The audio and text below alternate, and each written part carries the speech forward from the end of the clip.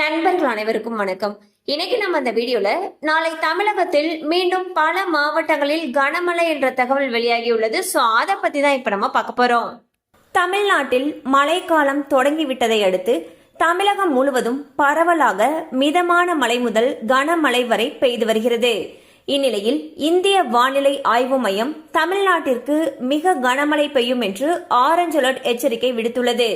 இந்நிலையில் அக்டோபர் 17, 2025 அதாவது நாளை தமிழகத்தில் அநேக இடங்களிலும் புதுவை மற்றும் காரைக்கால் பகுதிகளிலும் இடி மின்னலுடன் கூடிய லேசானது முதல் மிதமான மழை பெய்யக்கூடும் என்று தெரிவிக்கப்பட்டுள்ளது. மேலும் பலத்த காற்று அதாவது மணிக்கு 30 முதல் 40 கிலோமீட்டர் வேகத்தில் பலத்த காற்று வீசும் எனவும் தெரிவிக்கப்பட்டுள்ளது.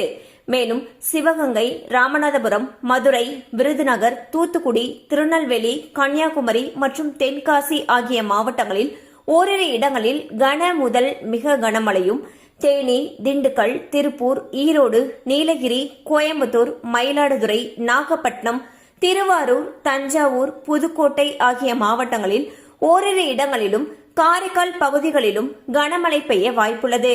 சோ வந்து பாத்தீங்கன்னா தமிழகத்துல பல மாவட்டங்கள்ல கனமழை பெய்து வருகிறது.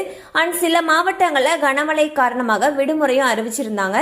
இந்நிலையில் அக்டோபர் 17 அன்று மேலும் பல மாவட்டங்களில் கனமழைக்கு வாய்ப்பு இருப்பதாக வானிலை ஆய்வு மையம் அறிவிச்சிருக்காங்க.